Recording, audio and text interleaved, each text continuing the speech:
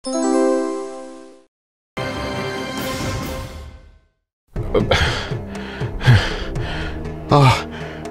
সন্তানহীন, আমি সন্তানহীন। অত চিন্তা করিস না। শোন, কাল সকালে তোর বাগানের ডালিম গাছের সবচেয়ে নিচে ফলে থাকা ডালিমটা থেকে প্রতি রানীকে একটু করে ডালিম খাওয়াবি, তাহলেই 3 রানীর সন্তান হবে।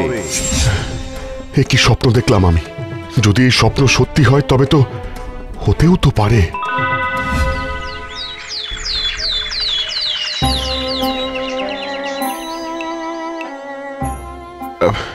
এই ফলটাই তো সবচেয়ে নিচে ফলে আছে দেখছি, তবে এটাই হবে।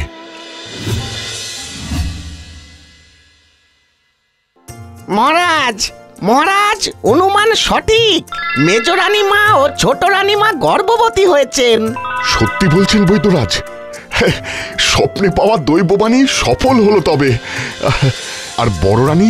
আজ্ঞে না মহারাজ, বড় রানীমার শরীরে তেমন কোনো লক্ষণ নেই। সে কি, দেবতার দেওয়া ফল খেয়েও যিনি সন্তান ধারণ করতে পারেন না, তেমন মানুষ তো রাজ্যে অমঙ্গল ডেকে আনতে পারে। বড় রানীকে এই রাজ্য থেকে বিদায় করে দিতে হবে। মন্ত্রী, মন্ত্রী, যাও এবারে সিংহদুয়ার বন্ধ করে দাও।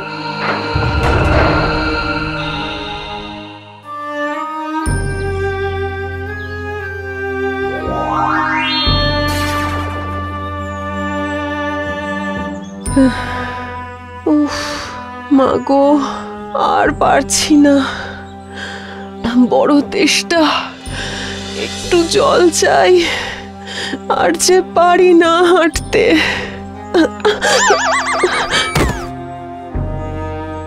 কে কে বাবা তুমি? বাবা বললি তো। বড় তেষ্টা পেয়েছে বাবা। চল মা, আমার কুটিরে চল।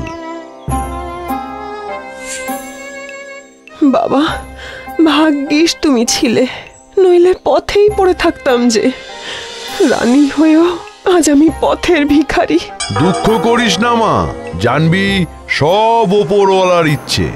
মহারাজ আজকে আমায় তাড়িয়ে দিলেন শুধুমাত্র আমি সন্তানের জন্ম দিতে পারিনি বলে। মহারাজ, মেজ রানীমা আর ছোট রানীমা একটি করে পুত্র সন্তান প্রসব করেছেন। আহা, এ তো দারুণ সুসংবাদ মন্ত্রী। রাজ্যের ভবিষ্যতের রাজা জন্ম নিয়েছে, আমার সন্তান। মন্ত্রী, প্রজাদের ভোজের ব্যবস্থা করো। আজ্ঞে মহারাজ।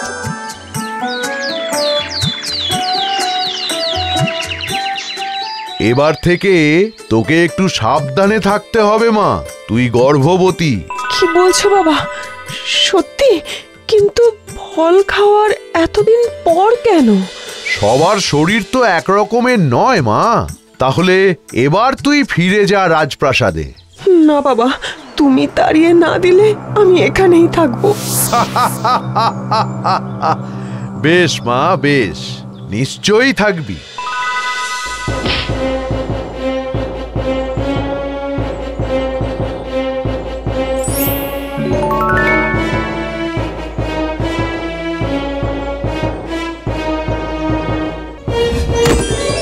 রাজন্য, রাজন্য,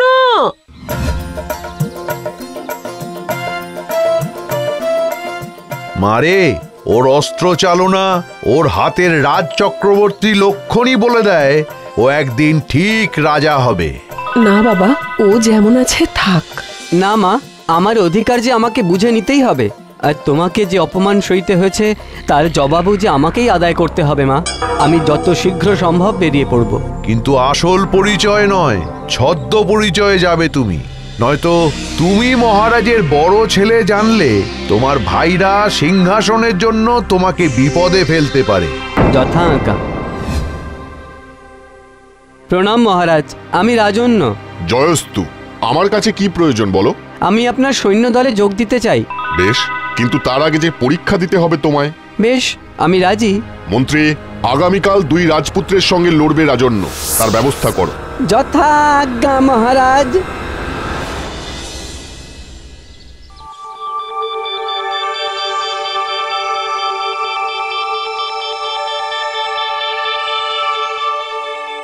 দাদা চিন্তা করো না, আমি একাই রাজন্যকে হারিয়ে দিয়ে আসব, তোমাকে আর অস্ত্র ধরতে হবে না।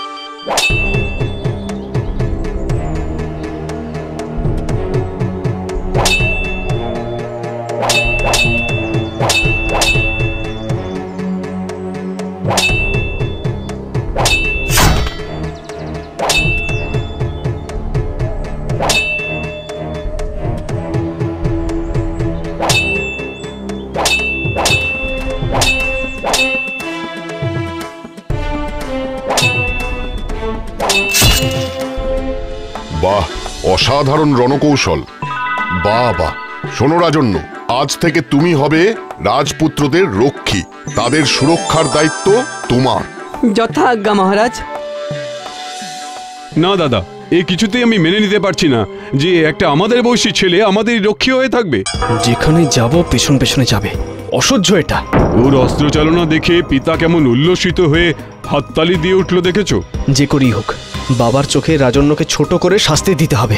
দাদা, শিকারে যাব বলে রাজন্যকে বিপদে ফেলা যায় না। জয় জয়। রাজন্য, বলুন রাজপুত্র। তুমি পিতাকে গিয়ে বলো যে তোমাকে নিয়ে কালকে আমরা শিকারে বেরোবো। যথা আজ্ঞা। ভাই যা, কুকুরিকে ডেকে নিয়ে আয়। রাজন্য, কালই তোমার জীবনের শেষ দিন। শোন, জঙ্গলে বড় পিপুল গাছের কাছে একটা বড় গর্ত খুঁড়ে পাতা চাপা দিয়ে রাখবি আজকে রাতে, যাতে কেউ পড়লে আর উঠতে না পারে। খবরদার, কেউ যেন জানতে না পারে। বেশ, কেউ জানবে না।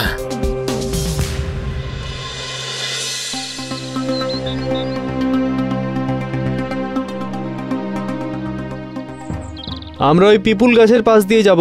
যথা আজ্ঞা।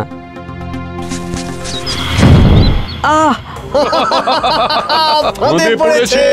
হায় রে, আমাদের রক্ষীর কি অবস্থা! আমাকে তুলুন রাজপুত্র, হাত বাড়ান। তুমি তো আমাদের রক্ষা করবে, আমাদের তো তোমাকে রক্ষা করার কথা ছিল না। তার মানে আপনারা ইচ্ছে করে আমাকে এই গর্তে ফেলেছেন? একেবারে।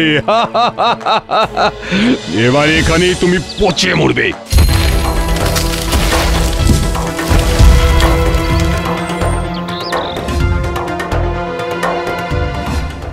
বাঁচাও, বাঁচাও! কে কোথায় আছো? বাঁচাও! হে বাবা গো, রাক্ষস, রাক্ষস, পালা পালা পালা! হায় হায়, ওদের যে বিপদ, এখন কি হবে? হায় হায় হায়, আমার ভাইদের কে রক্ষা করবে?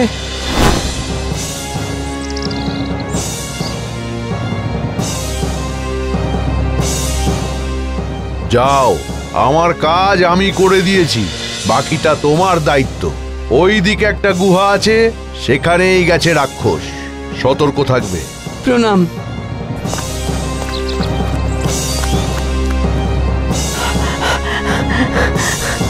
তাহলে কি এই সেই গুহা? না না, আমাকে খুব সতর্ক থাকতে হবে যাতে রাক্ষসরা টের না পায়। রাজন্য, আমাদের বাঁচাও। আমাদের ভুল হয়েছে, আমাদের ক্ষমা করো, বাঁচাও আমাদের। চুপ, আস্তে। কোথায় সেই রাক্ষস? ও ওইদিকে। সাবধান রাজন্য।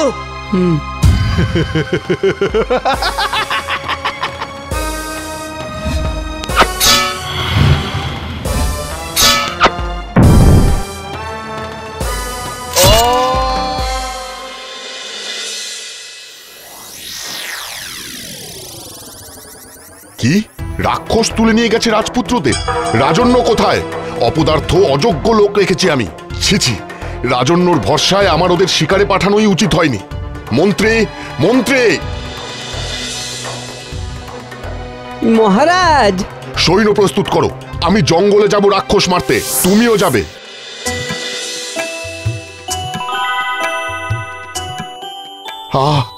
আমার পুত্র, আমি ভুল করে ভুল লোককে তোমাদের রক্ষার দায়িত্ব দিয়েছিলাম। মন্ত্রী, এই রাজন্যকে দূর করে দাও। না পিতা, আজ রাজন্য না থাকলে আমরা রাক্ষসের হাত থেকে উদ্ধার পেতাম না। পিতা, আমাদেরই খুঁড়ে রাখা গর্তে জঙ্গলের মধ্যে পড়ে যায় রাজন্য, তাই রাক্ষসের আক্রমণের মুহূর্তে ও তাকে বাধা দিতে পারেনি, কিন্তু পরে আবার রাজন্যই গিয়ে আমাদের উদ্ধার করে। রাজন্য, আমি জানতাম আমার চোখ কখনো ভুল করতে পারে না। সেই ভরসাতেই তো ওকে পাঠিয়েছিলাম। এ কি আপনি? আপনি তো সেই সেই স্বপ্নের দেবতা। হ্যাঁ, আর রাজন্য তোমারই সন্তান। দেখো, তোমারই মতো ওর হাতেও রাজ চক্রবর্তী লক্ষণ। আমার সন্তান? হ্যাঁ, তাই তো। তার মানে বড় রানী। কিন্তু কিন্তু সেদিন তো সে... ঠিক, কিন্তু পরবর্তী সময়ে সে গর্ভবতী হয়। সকলের শরীরের ক্ষমতা এক রকমের নয়। তোমার অপেক্ষা করা উচিত ছিল। ঠিক ঠিক ঠিক। তবে তবে সে এখন কোথায়? সে কি বেঁচে আছে? এতদিন সে আমার কাছেই ছিল। আয় মা। রানী, রানী আমায় ক্ষমা করো। আমি ভুল করেছি। আমি আমার সন্তানকেও চিনতে পারিনি। কিন্তু কিন্তু তুমি আরো আগেই ফিরে এলে না কেন? মহারাজ, নারী তো শুধুই সন্তানের জননী নয়, নারী তো একজন মানুষও, একজন মানবী। সে যেমন মেয়ে তেমন স্ত্রী আর তেমন মা। ক্ষমা করো, ক্ষমা করো। আমার ভুল আমি বুঝেছি। ভাই, ও আমাদের ভাই। হ্যাঁ দাদা। মন্ত্রী, মন্ত্রী, আনন্দ উৎসবের আয়োজন করো। আজ্ঞে।